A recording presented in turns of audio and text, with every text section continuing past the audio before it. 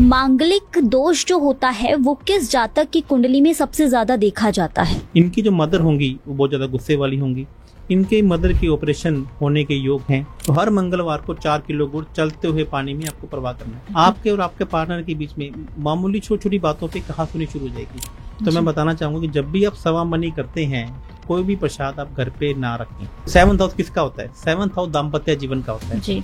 7th house रिश्तों का होता है जी। 7th हाउस सामने वाले का होता है। मांगलिक दोष का तो सबसे जो ज्यादा प्रभाव है वो आपको आपकी जवानी में देखने को मिलता है। उसने यदि कर्जा ले लिया, लोन ले लिया, तो लोन को चुकाने के लिए उसको लोन लेना पड़ेगा।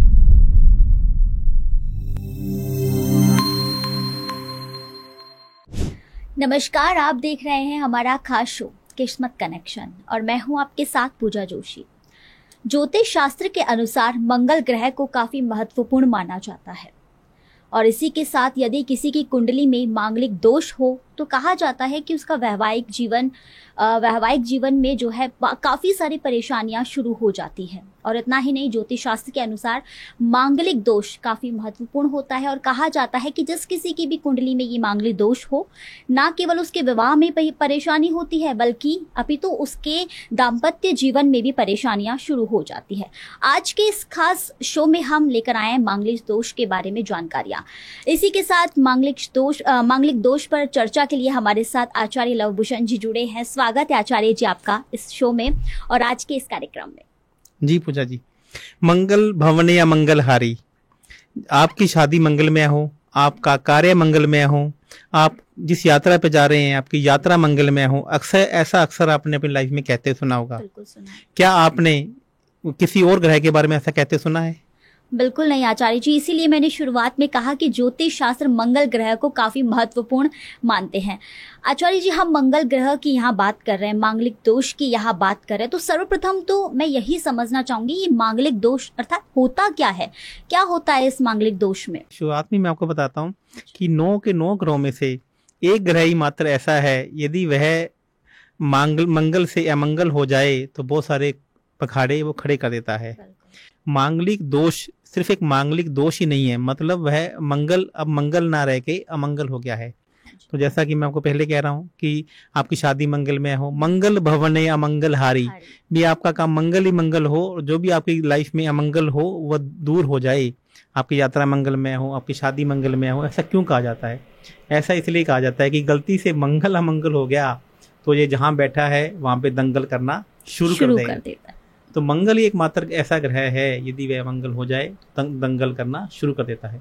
लोग शनि से लोगों को डरा रहे हैं, लोग राहु से डरा रहे हैं, लोग केतु से डरा रहे हैं, जबकि डरने की जरूरत तो मंगल ग्रह से है। अच्छा। और एकमात्र हनुमान जी ही एक ऐसे देवता हैं जिन्होंने मंगल ग्रह पर विजय पाई हुई है और तभी मंगल ग्रह हनुमान जी से थर थर कांपता है। और मैं एक बात बताता हूँ कि इसकी सबसे बड़ी एक लाइन जो बात की गई है, संकट कटे मिटे सब पीरा जो सुमरे हनुमत बलबीरा। तो मंगल ग्रह एकमात्र देवता हनुमान जी से थर थर कांपता है। यदि आपको लगता है कि आपकी लाइफ में कहीं पे भी अमंगल हो रहा है, कहीं पे भी संकट आ रहा है, तो आपको एक लाइन बोलनी है, तुरंत बोलना शुरू कर दीजिए, संकट कटे मिटे सब पीरा जो सुमरे हनुमत बलबीरा। जैसे ही आपके मुख से ये लाइन निकलेगी और ये ध्वनि के माध्यम से मंगल ग्रह तक पहुंचेगी तो मंगल ग्रह तुरंत अपने दुष्प्रभाव देना बंद कर देता है। बिल्कुल आचार्य जी, मांगलिक दोष के बारे में तो आपने बताया, लेकिन हम ये भी जानना चाहते हैं, चूंकि बहुत ज़्यादा भ्रांतियाँ होती है और कहा जाता है कि वैवाहिक जीवन बिल्कुल ठीक नहीं रहता है, शादी विवाह में कहीं ना कहीं उसे परेशानियाँ होती है। मांगलिक दोष जो होता है वो किस जातक की कुंडली में सबसे ज्यादा देखा जाता है? जी पूजा जी, मैं आपको कुंडली के माध्यम से ये बताना चाहूंगा कि मांगलिक दोष क्या होता है जी। तो ये भी समझने की जरूरत है कि मंगल अमंगल कब हो जाता है और जातक की कुंडली में मांगलिक दोष कैसे देखा जाता है। हाँ, कुंडली के माध्यम से मैं आपको आज बहुत ब्रीफली इसको समझाने की कोशिश करूंगा। चलते हैं अपने स्क्रीन पे। तो देखिए कि सबसे पहले कि ये माना जाता है कि मंगल ग्रह जब भी प्रथम हाउस में पहले घर में होता है तो जातक मांगलिक होता है, चतुर्थ भाव में मांगलिक होता है, सप्तम भाव में मंगल हो, 8th हाउस में और 12th हाउस में। अच्छा। तो इन 5 घरों में 1 2 3 4 5 घरों में यदि मंगल होता है तो जातक को मांगलिक कहा जाता है। तो ये माना जाता है कि ये इन 4 घरों में यदि मंगल बैठ जाए तो आदमी का जो मंगल है, आदमी का जो गुस्सा है बहुत ज्यादा अग्रेसिव जातक हो जाता है और मंगल यहाँ पे अमंगल हो जाता है। लेकिन मेरा यहाँ पे थोड़ा सा जो बाकी एस्ट्रोलॉजर से तर्क है थोड़ा सा अलग है कि मैं ये मानता हूँ मंगल जो प्रथम घर में होता है तो ये अच्छा मंगल माना जाता है। अच्छा। लेकिन इसके दुष्प्रभाव क्या हैं, इसके अपने एक एक, जैसे आप मुझसे पूछेंगी तो मैं बताऊंगा कि मंगल प्रथम भाव में होता है तो जातक को क्या परेशानी आती है, चतुर्थ भाव में होता है तो क्या किस तरीके की परेशानी आती है, सेवंथ में क्या आती है, 8th में क्या आती है और 12th में क्या आती है। तो हमने पांचों के मंगल के अलग अलग इसमें बारे में बात करेंगे।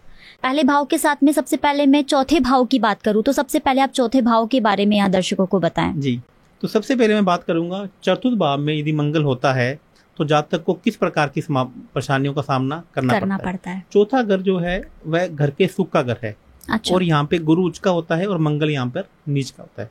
और जब भी मंगल यहाँ पे नीच का होकर बैठ गए हैं तो मंगल ने यहाँ पे क्या करना शुरू कर देना है, दंगल कर देना शुरू कर देना है। तो सबसे पहले देखिए कि जैसे ही जातक यहाँ पे घर में झगड़े होना शुरू हो जाएंगे, इनकी जो मदर होंगी वो बहुत ज्यादा गुस्से वाली होंगी, इनके मदर के ऑपरेशन होने के योग हैं, घर वालों के ऑपरेशन होने के योग है, घर में मदर आ गया, भाई बहन हो गए, या इन सब के ऑपरेशन, घर में शॉर्ट सर्किट होने के योग हैं क्योंकि चौथा घर का है। घर में बार बार बिजली के जो उपकरण हैं वो खराब होने के योग हैं। मानसिक शांति जिसे कहते हैं ना, अपने घर सुख का घर है, चौथा घर किसे बोला जाता है, सुख का घर बोला जाता है। तो या उनकी जो मदर हैं वो अग्रेसिव होंगी, या इनकी मदर के प्रति जो नेचर क्या होगा, गुस्से वाला होगा। जैसे ये घर में आएंगे तो बाहर तो खुश रहेंगे, लेकिन कुछ आता है ना, आपने देखा होगा कि घर के बाहर तो बड़े खुश रहते हैं, लेकिन जैसे घर में आते हैं उनमें गुस्सा आना शुरू हो जाता है। तो जैसे ये लोग, यदि किसी का मंगल चौथे घर में है तो जैसे ही वो घर में मतलब कि आएंगे, घर में आते तो उन्हें गुस्सा आना शुरू हो जाएगा, उन्हें एक तरह से चिढ़ आनी शुरू हो जाएगी, उन्हें तुरंत लगेगा कि मेरा काम तुरंत होना चाहिए। तो लोग क्या बोलेंगे, भैया तो घर के बाहर तो खुश रहता है, तेरे को घर पे आती क्या हो जाता है। हाँ, होता है, मोस्टली मैंने देखा है, कई परिवारों में ऐसा देखा जाता है। यही प्रभाव में तो ये चतुर्थ घर के जो मंगल के ये दोष हैं। आचार्य, जिस प्रकार आपने बताया कि चौथे भाव में जो घर परिवार का कलेश और गुस्सा आना, परिवार में ना बनना, तो ये सारी चीजें आपने बताई, लेकिन ये उपाय भी इसके मुझे लगता है बताना बेहद जरूरी है।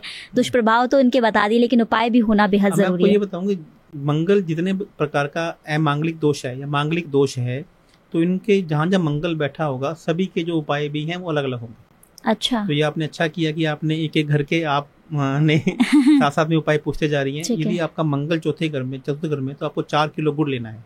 अच्छा। मंगलवार को, तो हर मंगलवार को 4 किलो गुड़ चलते हुए पानी में आपको प्रवाह करना है, क्योंकि जो चतुर्थ घर है ये कर्क राशि का घर है।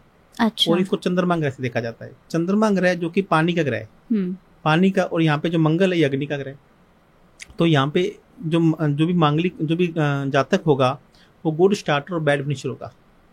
उसमें प्रोकास्टिनेशन बहुत अच्छे लेवल का होगा, क्योंकि वो कहाँ बैठा हुआ है, चतुर्थ घर में। चतुर्थ घर किसका है, पानी का ग्रह है, और मंगल ग्रह कौन सा है, अग्नि का है। तो यहाँ पे आकर अग्नि क्या हो गई है, ठंडी हो गई है। उसके अंदर प्लानिंग है तो बहुत अच्छी होंगी, लेकिन एग्जीक्यूशन अच्छा नहीं होगा। तो यदि वो इन चीजों को दूर करना चाहता है तो उसको लाल रंग के कपड़े नहीं पहनना चाहिए, हनुमान चालीसा उसको रोज पढ़नी चाहिए, ओम श्री हनुमते नमः के मंत्र का जाप करना चाहिए। 4 किलो गुड़ हर मंगलवार को, 4 मंगलवार को उसको जल प्रवाह करने चाहिए। लाल रंग के कपड़े उसको यहाँ पे अवॉइड करने चाहिए। अच्छा। किसी भी दिन यदि ज्यादा लाल कपड़े पहनने का तो कहना कि मंगल उसका खराब हो जाएगा। और यदि ये उपाय कर लेता है, इसका एक बहुत ही बड़ा अच्छा उपाय मैं आपको और भी बता देता हूँ कि उसको 4 छुआरे समझते हैं जी, ड्राई डेट्स जी। तो ड्राई डेट्स को उसको भिगो के रखना है लगातार 43 दिनों तक, और उसके बाद उसको 43 दिनों के बाद उन छुआरों को जल प्रवाह कर देना है। यहाँ पे 4 छुआरे चेंज करने हैं रोज। जैसे आज रात को अपने छुआरे भिगो दिए जी, उनको फिर नेक्स्ट 24 घंटे के बाद आप उनको निकाल लीजिए और नए छुआरे रख दीजिए। फिर 24 घंटे के बाद उनको निकाल लीजिए, फिर नए रख दीजिए। फिर 24 घंटे के बाद निकाल लीजिए, फिर नए रख दीजिए। तो उनको आप 6-6, 7-7 दिनों के बाद भी पानी में, जल में प्रवाह करके आ सकते हैं। आप चाहें तो 43 दिनों को इकट्ठे करके आ सकते हैं, आप चाहें तो रोज भी करके आ सकते हैं। यदि आप इस तरीके का उपाय कर लेती हैं तो आपका ये मांगलिक दोष चतुर्थ भाव का खत्म हो जाता है।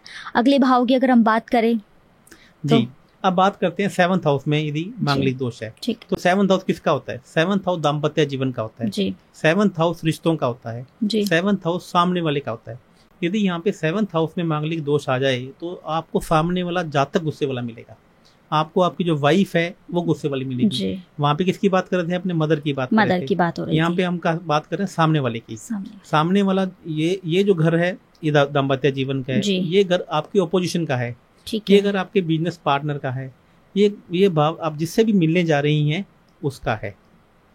तो यहाँ पे मंगल होगा तो यहाँ पे मंगल क्या करेगा, दंगल करेगा। तो दंगल रिश्तों में करेगा, दंगल दाम्पत्य जीवन में करेगा, तो दंगल बिजनेस पार्टनरशिप में करेगा। तो आपके मुंह से या सामने वाले के पार्टनर से कि मुंह से ऐसी बात निकल जाएगी जो ना तो सामने वाला सुनना चाहता है ना आप सुनना चाहते हैं। आपके और आपके पार्टनर के बीच में मामूली छोटी छोटी बातों पे कहासुनी शुरू हो जाएगी। और इसके साथ साथ में आपने गलती से कहीं अपने बेडरूम में लाल रंग की चादर बिछा दी तो अच्छा। तो काम खराब हो गया। आपने गलती से आपके बेडरूम में लाल रंग का बल्ब जगा दिया, या दोनों मियां भी लाल रंग के कपड़े बैठे हुए हैं और आप मांगलिक भी हैं, तो आप ये मान लीजिए उस दिन झगड़ा नहीं होगा, उस दिन तो ऑपरेशन होगा। लेकिन आचार्य जी आजकल तो सबसे ज्यादा रेड कलर ही चलता है और आमतौर पर महिलाओं को तो रेड कलर बहुत ज्यादा पसंद होता है, तो मांगलिक दोष का कहीं ना कहीं इस पर दुष्प्रभाव भी पड़ सकता है। देखिए, अभी आपने जो रेड कलर की बात की ना, ये बड़ी अच्छी की है। आपने अक्सर शादियों में देखा होगा कि लड़कियों को ही बोला जाता है कि आप लाल रंग की साड़ी पहनिए और लड़के जो होते हैं उनको व्हाइट रंग की शेरवानी पहनाई जाती है। ऐसा क्यों कहा जाता है? क्योंकि एस्ट्रोलॉजी के मुताबिक ये कहा जाता है कि लड़कियों के लिए जो उनका वर है, जो उनका दूल्हा है, वो मंगल ग्रह है। अच्छा। मंगल ग्रह आपका अच्छा हो, आप मंगल ग्रह आपने ओढ़ लिया है, अब आप शादी के लिए जा रही हैं, तो आप इसलिए लाल रंग का लहंगा पहनिए, लाल रंग की चुन्नी लीजिए, लाल रंग की साड़ी पहनिए। और शुक्र ग्रह को एस्ट्रोलॉजी के अकॉर्डिंग वाइफ कहा गया है। हाँ। तो इसलिए कहा गया कि अब आप शुक्र ग्रह को धारण करने जा रहे हैं जी। तो व्हाइट रंग की शेरवानी, व्हाइट रंग का कुर्ता या कोई चमकदार इस तरीके के आप शेरवानी पहनिए, चीजें पहनिए, क्योंकि अब आपके घर में शुक्र आ रहा है।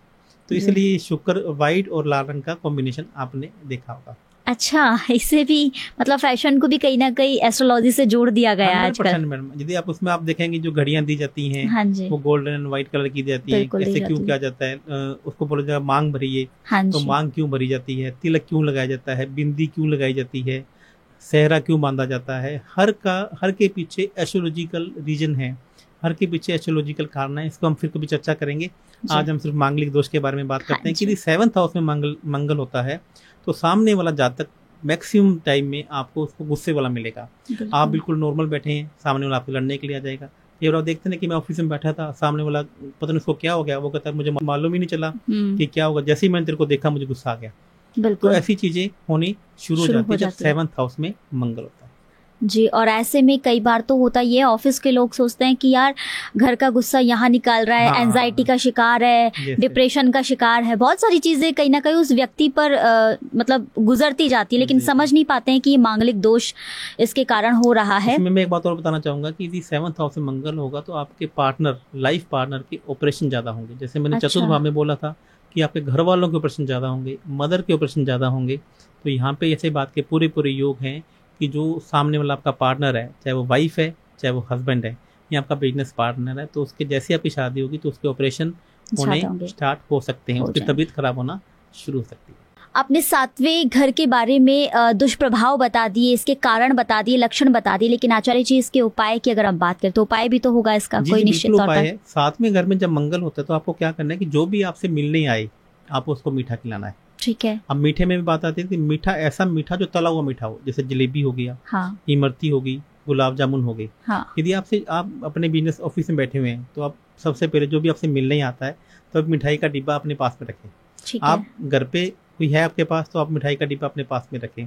मांगलिक दोष जितने वाले भी ये बोला जाता है ना कि आपने सुना होगा कि हनुमान जी को सवा मणि चढ़ा के आओ। हाँ जी, चाहे वो चतुर्थ घर में मंगल है, चाहे वो 7वें घर में, चाहे 8वें घर में, चाहे 12वें घर में, तो जो मीठा प्रसाद ये बोला जाता है कि सवा मणि आप चढ़ा के आओ, तो ये उनको बोला जाता है जो मांगलिक दोष होता है जिनके अंदर। तो ऐसे लोगों को 50 किलो मीठा हनुमान जी को भी चढ़ा के आना चाहिए।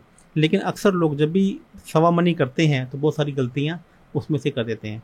उसमें से कुछ प्रसाद तो घर पे रख लेते हैं और अपने ही रिश्तेदारों को बांट देते हैं। तो मैं बताना चाहूंगा कि जब भी आप सवा मणि करते हैं तो कोई भी प्रसाद आप घर पे ना रखें। अच्छा। और अपने रिश्तेदारों को ना बांटें। यदि आपको घर के लिए कुछ रखना है तो 50 किलो के अलावा प्रसाद बांटिए। अच्छा। प्रसाद रखें, 55 किलो बनाइए, 51 किलो बनाएं, 52 किलो बनाएं, वो 2 किलो रखें अपने पास में और वो रिश्तेदार को बांट के आइए।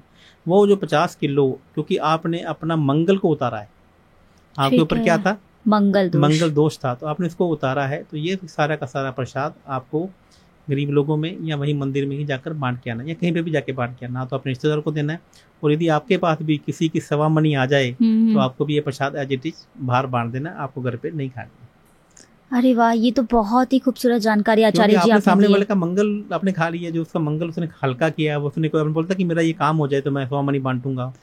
तो मैं बताऊंगा यदि कोई मांगलिक दोष से पीड़ित है तो उसको सवा मणि करके आनी चाहिए, तुरंत मंगल उसका अच्छा शुभ प्रभाव देना शुरू कर देता है। परंतु आचार्य जी, सवामणि के प्रसाद की आपने बात की, इसे तो प्रसाद के तौर पर सब ग्रहण करते हैं, तो फिर इसे किसको दिया जाए? जैसा कि आपने बताया कि घर में इसे ना खाए और दूसरों को बांट दिया जाए। देखिए, अब इसमें होता क्या है कि मैं ये आपको मना नहीं कर रहा कि आप घर पे नहीं, क्यों नहीं खाएं, क्योंकि ये 50 किलो प्रसाद पे इसका जो हक है आपका नहीं है जी। इस पे पूरा का पूरा हक भगवान का है। तो ये भगवान के प्रसाद, आपने बोला कि मैं 50 किलो प्रसाद चढ़ाऊंगा, उसमें से 5 किलो आपने खा लिया, तो कितने किलो बच गया? 45 किलो बचा। तो ये 45 किलो लगा ना, 50 किलो लगा ही नहीं। बिल्कुल बिल्कुल। और आपने जैसे ही 45 किलो लगाया और 50 किलो लगाए, तो ये आपकी इच्छा जो आपने सुखी थी वो आपकी पूरी नहीं हुई है, और इसका दोष आपको लगना शुरू हो जाएगा, क्योंकि आपने भगवान को क्या बोला था कि मैं सवामणि करूंगा। बिल्कुल। तो सवामणि में कितना प्रसाद हुआ? 50 किलो तो की 50 किलो बांटा ही ना आपने। बिल्कुल सही। आपने बांटे 45 किलो, आपने बांटे 49 किलो, तो सवामणि तो आपने पूरी की नहीं। तो आपको 50 किलो का प्रसाद, उसमें से एक दाना भी आपका नहीं है, तो ये आपको बांटना है। आपको, आप रिश्तेदार को बांट सकते हैं, मना नहीं कर रहा हूँ, लेकिन मैं इसमें जो शास्त्र मैंने पढ़ा है वो ये पढ़ा हुआ है कि पूरा का पूरा 50 किलो का प्रसाद किसी भी मंदिर में जाएं और वहीं पे ही बांट कराएं, और यदि आपको खाना है तो आप 2 किलो 1 किलो 3 किलो प्रसाद एक्स्ट्रा बनवाएं। बिल्कुल आचार्य जी, ये जानकारी मुझे लगता है कई जातकों को नहीं थी। हो सकता है बहुत सारे लोग ऐसे हैं जिन्हें जानकारी प्राप्त होकर वो बहुत सारी चीजों में सुधार कर सकते हैं। इसी के साथ अगर हम 8वें भाव की अगर हम बात करें तो 8वें भाव में जब मंगल होता है तो यहाँ पे जातक को खुद को परेशानी आती है। अच्छा। तो यहाँ पे जातक के खुद के ऑपरेशन होने शुरू हो जाते हैं, क्योंकि 8वां भाव जो दूसरा भाव होता है हमारी कुंडली में, यदि मैं बात करूँ सामने, आप देखिए दूसरा भाव वो भाव है जहाँ से हम खाना खाते हैं, और 8वां भाव जो हमारी बॉडी का एग्जिट पार्ट है। और ये 8वां पार्ट की मैं बात करूँ तो ये शमशान भूमि का भाव भी है। अच्छा। हाँ, जहाँ पे आदमी शमशान में कब जाता है? जब उसकी डेथ हो जाती है। हाँ, बिल्कुल। तो यहाँ पे मंगल, यदि मैं 4 जो मांगलिक दोष हैं, 4th का, 7th का, 8th का और 12वें का, तो सबसे ज्यादा जो मांगलिक दोष है वो 8th भाव का, इसको मैंने अपनी जो पर्सनल रिसर्च से माना है। हाँ। तो जैसे ही 8th भाव में मंगल होता है तो उसका एक्सीडेंट इसमें होने के योग ज्यादा है, उसके ऑपरेशन होने के बारे में ज्यादा है। और जहाँ तक मैं देखता हूँ कि इस जातक का शुरू में ही बर्थ से पहले 8 साल में ही इसका एक ऑपरेशन हो जाता है। तो और मैंने ऐसा भी देखा है कि यहाँ तक जाते हो कि 8 ऑपरेशन होने के भी इसमें कुंडली में योग हैं, यदि वे मांगलिक दोष के उपाय नहीं करता है। तो ये मंगल सबसे ज़्यादा दुष्प्रभावी मंगल है। तो इसमें क्या होता है कि इसमें जो छोटा भाई है या उसका कुंडली का बड़ा भाई है, तो यहाँ पे वो भी वह इसको पीड़ित कर सकता है। इस पे जो जमीन से संबंधित विवाद है वो भी आ सकता है। अब जो 4th का मंगल था, वहाँ पे एक बात मैं कहने की छूट गई, वहाँ पे जमीन से संबंधित दोष भी आते हैं। अच्छा। आदमी के जातक का घर बनने में दिक्कत आता है।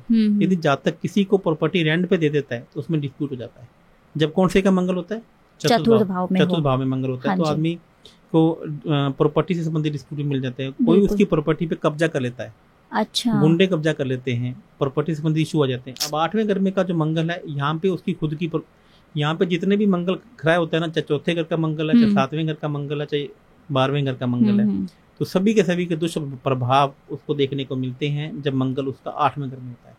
चाहे फिर उसको प्रॉपर्टी के विवाद भी मिलेंगे, उसको लोन के प्रभाव भी मिलेंगे, रोग ऋण शत्रु, उसने यदि कर्जा ले लिया, लोन ले लिया, तो लोन को चुकाने के लिए उसको लोन लेना पड़ेगा और उसे बाहर नहीं आना पड़ेगा। ऐसे लोगों पे कोर्ट केस का सामना भी करना पड़ता है, ऐसे को बार बार ऑपरेशन का सामना भी करना पड़ता है। छोटे भाइयों से या बड़े भाइयों से भी ऐसे लोगों का विवाद होता है। भूमि का विवाद भी ऐसे आदमी पे देखने को मिलता है यदि किसी का मंगल 8वें घर में होता है। मुझे लगता है सबसे ज्यादा दुष्प्रभाव तो इस 8वें घर के ही हैं, लेकिन अब इससे बचने के उपाय? अब देखिए, मैंने आपको क्या बोला कि 8वां घर किसका है? शमशान भूमि। 8वां घर किसका है? एग्जिट पार्ट का है। तो यहाँ पे हमें यदि मंगल को ठीक करना है तो मंगल की वस्तुओं को हमें शमशान भूमि में पहुंचाना पड़ता है। अच्छा। तो यानी कि 8 किलो गुड़ लीजिए आप, और मंगलवार के दिन किसी भी शमशान भूमि में रख आइए जी। तो यदि ऐसा आपको 8 मंगलवार लगातार करना है। अब मैंने बोला कि 8वां पार्ट हमारी बॉडी के का जो फ्रेश होने का पार्ट है, मतलब स्वीपर्स, तो हमें यहाँ स्वीपर्स को मीठा खिलाना है, स्वीपर्स को जलेबी खिलानी है, स्वीपर्स को यहाँ पे हमें इमरती खिलानी है या फिर गुलाब जामुन खिलाना है। जैसे बहुत सिटी में शौचालय मिल जाते हैं अपने को, तो जितने भी लोग हैं यदि हम उनको, सफाई कर्मचारियों को मीठा खिलाते हैं या जलेबी इमरती खिलाते हैं, तो ये दोष हमें देखने को बहुत कम मिल जाता है। आपको जितनी बार किसी की डेथ हो जाए तो बार बार शमशान भूमि में जाइए। अच्छा। जितना आप शमशान भूमि में जाएंगे, आपने अक्सर ये भी सुना होगा कि यदि लोग किसी संस्कार हो जाता है तो हमें अंतिम संस्कार में जाना चाहिए। बिल्कुल जाते हैं। तो यदि आप बार बार अंतिम संस्कार में जाते हैं, तो यदि ये मंगल तो यहाँ पे 8वें घर में है ही है, ये आपका और भी 8वें घर में कोई ग्रह है तो वह आपको दुष्प्रभाव देना बंद कर देता है। क्योंकि आप जैसे कहते हैं ना, किसी वक्त आपके बार बार चोट लगने के दोष हो जाते हैं, तो हाँ आपको कहाँ जी। जाना चाहिए? हॉस्पिटल में जाना चाहिए। हाँ तो यहाँ पे मंगल 8वें घर में है, तो यहाँ पे आपको ब्लड डोनेशन भी करना चाहिए। ठीक है। आपको एक सरकारी हॉस्पिटल में, ऐसे हॉस्पिटल में जाना चाहिए जहाँ पे सर्जरी ज़्यादा होती है, तो वहाँ पर जाकर आपको ब्लड डोनेशन करना चाहिए। वहाँ के हॉस्पिटल का पानी पी कर आना चाहिए। आपको शमशान भूमि में जाना चाहिए। यदि आप ऐसा काम कर लेती हैं तो मंगल ग्रह आपको अच्छे प्रभाव देना शुरू कर देगा। बिल्कुल, उपाय तो बहुत अच्छे बता रहे हैं आचार्य जी आप, और मुझे लगता है कि हर जातक इस उपाय को इजीली कर सकता है। ये भी नहीं कि बहुत मुश्किल हो, ये उपाय बहुत इजीली कर सकते हैं, बहुत अच्छी और एकदम शॉर्टकट में ये उपाय है। इसी के साथ अगर 12वें भाव की अगर हम बात करें आचार्य जी, तो 12वें भाव का मंगल, 12वां भाव जो होता है, पहले तो ये समझते हैं कि 12वां भाव होता क्या है। जी 12वां भाव विदेश यात्रा का होता है, 12वां अच्छा। भाव खर्चों का होता है, 12वां भाव एक्सपेंसेस का होता है, 12वां भाव इन्वेस्टमेंट का होता है। तो ऐसा आदमी जब मंगल 12वें घर में हो जाता है तो आदमी के खर्चे बहुत ज़्यादा बढ़ जाते हैं। आदमी कभी भी जब लॉन्ग यात्रा में, लंबी यात्रा में जाता है तो उसके एक्सीडेंट होने के योग हो जाते हैं। आदमी ऐसा, आपने सुना होगा ना कि घर पे बहुत सारे लोग होते हैं कि मैं घर छोड़ के जा रहा हूँ, हाँ गुस्से में बोल देते हैं। ये वो लोग होते हैं जिनका मंगल 12वें घर में होता है। अच्छा। तो ये लोग बोल देते हैं बातों बातों में गुस्से में, मैं घर छोड़ के जा रहा हूँ, मैं आज आपके पास नहीं रहूंगा, मुझे अब आप इस दुनिया में नहीं देखोगे। तो बार बार इस तरीके की धमकियां देते हैं जो लोग, अच्छा वो लोग 12वें घर के मंगल के होते हैं। आप अपना सभी जो मेरा पॉडकास्ट अभी देख रहे हैं, हाँ वो अपना अपना चार्ट निकालिए और अपने हाँ। आप को कोरिलेट कीजिए कि किस तरीके बिल्कुल। से आप इस तरीके को देख रहे हैं। तो इस तरीके से जो मैं मंगल के बारे में आज की बात कर रहा हूँ, ये आज से पहले किसी भी पॉडकास्ट में आपको देखने को नहीं मिलेंगे, मिला, क्योंकि हाँ वो फिर मांगलिक दोष की बात करते हैं बिल्कुल। कि आपका, लेकिन वो अलग अलग प्रभावों में नहीं बताते कि मंगल आपका यहाँ पे है तो लेकिन ये मंगल एक बहुत अच्छा भी है। यदि किसी के संतान नहीं हो रही है हाँ और ये उसको अपने हाथ से कुछ मीठा खिला दे, अच्छा किसी के संतान नहीं नहीं हो हो रही रही है, है। तो यदि किसी का मंगल 12वें घर में है, हाँ उसको अपने हाथ से मीठा खिला दे और उसको आशीर्वाद दे दे कि तेरे संतान हो जाएगी, तो सामने वाले की संतान हो जाती है। अच्छा, जी, ये तो चमत्कार है। ये चमत्कार है। तो आपको यदि किसी की संतान नहीं हो रही है तो आपको ऐसा आदमी जातक ढूंढना है जिसका मंगल कहाँ है? 12वें घर में है, 12वें और घर उसको में। अपने हाथ से मीठा देके और अपने हाथ से आशीर्वाद दे दे कि तेरी संतान हो जाएगी, तो उसके गर्भवती होने के योग बहुत ज्यादा हो जाते हैं। बिल्कुल आचार्य जी, उपाय के बारे में भी हम इसकी जानकारी चाहते हैं। तो हालांकि यदि मंगल किसी का 12वें घर में है तो 12वां घर किसका है? मैंने अभी क्या बोला? जेल का है। जेल का है। 12वां घर हॉस्पिटल का है। 12वां घर आश्रम का है। तो यहाँ पे अब आपको मंगल की वस्तुएं यहाँ आश्रम में पहुंचानी पड़ेंगी। जैसे ओल्ड एज होम हो गया, हाँ जी वृद्ध आश्रम हो गए, बिल्कुल। बच्चों के ऐसे आश्रम हो गए, कोड़ियों का आश्रम हो गया। तो यहाँ पे आपको मीठी वस्तुएं जैसे चीनी हो गया, घी नहीं यहाँ पे लेंगे, चीनी, इमरती, गुलाब जामुन, और यहाँ पे आपको ये वस्तुएं वहाँ पे पहुंचानी। और 12वां घर तालाब का भी है, 12वां घर समुद्र का भी है, 12वां घर झील का भी है। और यह मंगल से जुड़ी हुई चीजें जैसे छुआरे हो गई, चीनी हो गई या गुड़ हो गया, आप तालाब में भी जल प्रवाहित कर देते हैं या हॉस्पिटल में जैसे मैंने आपको बोला वहां पहुंचा देते हैं, तो मंगल के दुष्प्रभाव के हम लाइफ में प्रभाव देना बंद कर देते हैं। बिल्कुल, ये तो हमने भावों के बारे में जानकारी ली है। आचार्य जी, आखिर ये हमें कैसे पता चले कि इस व्यक्ति की कुंडली में मांगलिक दोष है? देखिए, जैसे आपको मैंने पहले बताया, आप सामने चार्ट आपके सामने खुला हुआ है, हाँ कि आपको ये देखना है कि यदि मंगल आपका प्रथम घर में है, हाँ। मंगल चतुर्थ घर में है, मंगल 7वें घर में है, मंगल 8th घर में है, मंगल 12वें घर में, मंगल एक ही जगह बैठा होगा। ये तो मैंने आपको एग्जाम्पल से बताया है। पर ये कैसे पता चलेगा कि हमारा चार्ट उठा के देखा तो हमारा मंगल प्रथम घर में या दूसरे घर में था, कि ये कैसे पता चलेगा हमें? आप मैंने अभी एनी टाइम वास्तु अपनी एप्लीकेशन लॉन्च की है। अच्छा, आप मेरी एनी टाइम वास्तु को अपने प्ले स्टोर में जाइए, वहाँ से डाउनलोड कीजिए। अच्छा, और वहाँ पे उसको अपना अकाउंट क्रिएट कीजिएगा और वहाँ पे अपनी पूरी डेट ऑफ बर्थ डालिएगा। ठीक है। इसमें जैसे आपने लिखा पूजा जोशी, फिर आपको डेट ऑफ बर्थ डालनी है, अपना समय डालना है, अपना जन्म स्थान डालना है। तो एक चार्ट आपको इस तरीके का बनकर दिख जाएगा। तो वहां पर आप अपना देख लीजिए कि मंगल यदि इस तरीके से किसी इन भावों में बैठा हुआ है, जैसे मंगल लगन में बैठा हुआ है तो आप मांगलिक हैं, मंगल चतुर्थ घर में बैठा तो आप मांगलिक हैं, आप सप्तम में तो मांगलिक है, 8th में तो मांगलिक है, और 12वें भाव में। लेकिन आपको इस बात में आपने बहुत अच्छा क्वेश्चन किया। इसमें थोड़ी सी बात है कि आपका ये हो सकता है कि लगन में यहाँ पे जो 1 नंबर राशि बैठी हुई है, इसकी जगह राशि का नंबर कोई और हो जाए। ठीक है, वो आपको नहीं देखना है, उसमें आपको ध्यान नहीं देना है। अच्छा, मंगल को ये देखना है कि मंगल की स्थिति कहाँ है। ठीक है। यदि मंगल, यहाँ पे मंगल की भावों की बात हो रही है, मंगल की राशि की बात नहीं हो रही है, और ये काल पुरुष का चार्ट है। तो जिसमें यदि मंगल चतुर्थ घर में या सब 5 नंबर की राशि बैठी हो, ठीक है, यहाँ पे 6 नंबर की राशि बैठी हो, यहाँ पे 7 नंबर की राशि बैठी हो, तब इसके उपाय और भी इसमें ऐड ऑन हो जाएंगे। तो जैसा कि मैं अक्सर अपनी पॉडकास्ट में या अपने इंटरव्यू में बोलता हूँ कि जो उपाय होते हैं वो जातक की कुंडली को देख के बताए जाते हैं। बिल्कुल। अब जैसे मान लीजिए किसी का चतुर्थ घर में मंगल है, यहाँ पे केतु भी साथ में बैठा है, यहाँ पे राहु भी साथ में बैठा है, और यहाँ तुला की राशि बैठी हुई है, तो मतलब अब उसके जो चौथे घर के भी बुरे प्रभाव मिलेंगे, अब उसको 7th हाउस के भी प्रभाव मिलेंगे। अच्छा। क्योंकि जो 7 नंबर राशि तुला कर्क आप देखेंगे संबंधों की राशि है। ठीक है। तो अब उसकी वाइफ से भी संबंध खराब रहेंगे, अब उसकी मदर से भी संबंध खराब रहेंगे, और उसके बाकी परिवार के सदस्यों से भी संबंध खराब रहेंगे। और ऐसा जाता है क्या बोलेगा, मेरी किसी बनती नहीं है, मेरे जो भी आता है घर वाले, मेरे चाहे मेरी वाइफ है, चाहे मेरी बहन है, चाहे मेरा बड़ा भाई है, चाहे मेरी माँ है, चाहे मेरे पिताजी हैं, सब जो भी मेरे देखो मेरे से लड़ने को आते हैं। तो यही पता नहीं है कि लड़ने कब हो जाते हैं।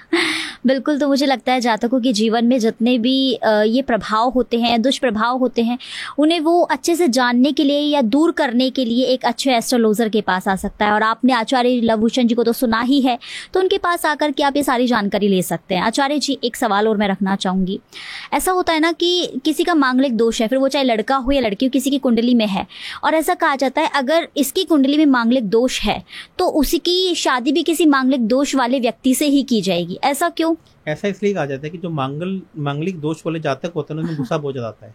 अच्छा। और जिसकी कुंडली में मांगलिक दोष नहीं होता, हाँ, वो इतने ज्यादा गुस्सेल प्रवृत्ति के नहीं होते हैं। तो ये कहा गया कि मांगलिक दोष वाले की शादी मांगलिक दोष वाले से कर दो कि अपने आप लड़ भिड़ के शाम को शांत होकर बैठ जाएंगे। अच्छा। 2 घर बिगड़ने से अच्छा एक ही घर बिगड़ेगा। और एक्चुअल में क्या है कि मंगल वाले को ये पता होता है कि मैं गुस्सा करूंगा, हाँ, मैं सामने वाले के ऊपर पूरा गुस्सा, वो उसका एकदम गुस्सा रहता है। लेकिन जब उसको ये मालूम चल जाए कि सामने वाला भी अब मेरे से कम नहीं है, तो वो पहले से कंट्रोल हो जाता है। आप देखो ना, जैसे गुंडे को एक बड़ा गुंडे वाला मिल जाए, हाँ, तो सामने से दोस्ती कर लेता है। बिल्कुल। तो इसलिए बोला जाता है कि मांगलिक वाले की जो शादी है वो मांगलिक से कर दीजिए। लेकिन मैं इसमें साथ में ये कहना चाहूंगा, हम अगले पॉडकास्ट में इसके बारे में बात करेंगे कि लोग अक्सर मांगलिक की कुंडली मांगलिक से कर देते हैं, हाँ, लेकिन उसके साथ साथ में हमें 7th हाउस को भी देखना मजबूरी है। ठीक है। इसकी जो बात है हम पूरी की पूरी अगले पॉडकास्ट में करेंगे। अच्छा। कि लोग अक्सर सिर्फ मांगलिक दोष देख लेते हैं और कुंडली के गुणों का मिलान देख लेते हैं, लेकिन उससे भी ज्यादा जरूरी है 7th हाउस। तो उसके बारे में जो पूरी बात है हम इसे नेक्स्ट पॉडकास्ट में करेंगे। और मैं मांगलिक दोष की आपको सबसे बड़ी अच्छी रेमेडी आपको बताना चाहूंगा कि आपको क्या करना है कि आपको किसी भी हनुमान जी के मंदिर में जाना है। ठीक है। चाहे मंगल अब आपका कहीं भी बैठा हुआ है, ठीक है, चाहे चौथे घर में बैठा है, 7th घर में बैठा है, 8th में बैठा है, 12 में बैठा है, चाहे लग्न में बैठा है, तो आपको हनुमान जी के मंदिर में जाना है। चमेली के तेल का दीपक हनुमान जी के मंदिर के सामने चलाना है और एक हनुमान चालीसा आपको बोल बोल के पढ़नी है। अच्छा।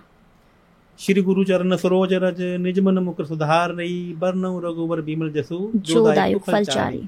पूरी हनुमान चालीसा आपको बोल बोल कर पढ़नी है। और चमेली के तेल का दीपक आपको हनुमान जी की प्रतिमा के सामने रखना है और आपको हनुमान जी की आंखों में आंखें डालकर बात करनी, हनुमान चालीसा पढ़नी है। और हनुमान जी के दाहिने घुटने से आप थोड़ा सिंदूर लगा के अपने पास लगा लीजिए, अपने माथे पे लगा लीजिए। यदि आप ऐसा कर लेती हैं लगातार 21 मंगलवार या फिर मंगलवार से शुरू करके लगातार 21 दिन, तो कैसा भी मांगलिक दोष हो आपकी लाइफ में कट जाता है। एक सवाल अंतिम और मैं रखना चाहूंगी आचार्य जी, आखिर ये मांगलिक दोष जो होता है वो कितने दिन तक रहता है? इसका भी कोई पीरियड टाइम होगा ना कि इतने दिनों तक मांगलिक दोष रहता है? जो इंजेक्शन आपकी बॉडी में लग गया वो तो लग गया। इसका प्रभाव आपको लाइफ में ताउम्र देखने को पड़ता है। अच्छा। लेकिन ये बात मान के चलिए कि मांगलिक दोष का जो सबसे जो ज्यादा प्रभाव है वो आपको आपकी जवानी में देखने को मिलता है। तो ऐसा माना जाता है कि हर ग्रह की एक उम्र होती है। जो मंगल ग्रह है ये अग्नि ग्रह है जी। तो सबसे ये युवा प्लेनेट है। जैसे शनि को एक वृद्ध प्लेनेट कहा जाता है कि आपको शनि के जो दोष हैं या अच्छे हैं वो आपको ओल्ड जो उम्र में देखने को मिलेंगे। तो मंगल के जो सबसे ज्यादा प्रभाव है आपको आपकी जवानी में देखने को मिलेंगे। तो ऐसा माना जाता है कि 30 से या 25 से 40 साल की उम्र में जो ये सबसे ज्यादा यंग उम्र होती है, यदि आप मांगलिक हैं तो इस उम्र में इसके प्रभाव आपको देखने को सबसे ज्यादा मिलेगा। बिल्कुल आचार्य जी, आज हमने मांगलिक दोष के बारे में चर्चा की है और आगे भी हम नए नए सब्जेक्ट पर कहीं ना कहीं चर्चा करते रहेंगे। हमारे इस पॉडकास्ट को लोगों तक पहुंचाते रहेंगे, क्योंकि जिस भी जातक के जीवन में कहीं ना कहीं ये जो परेशानियां होती हैं, जो वो हमेशा जूझते हैं परेशानियों से, उनसे कहीं ना कहीं उन्हें छुटकारा मिलेगा, वो दूर हो जाएगी। तो आप बने रहिए हमारे इस कार्यक्रम के साथ। आगे भी हम आपको इस कार्यक्रम में नए नए सब्जेक्ट पर जो है सवालों और जवाबों के साथ लेकर आएंगे और आचार्य लवभूषण जो कि विश्वविख्यात है वो आपको इस पर पूरी जानकारी काफी अच्छे से देंगे। बहुत बहुत धन्यवाद आप सभी का इस कार्यक्रम में जुड़े रहने के लिए। नमस्ते।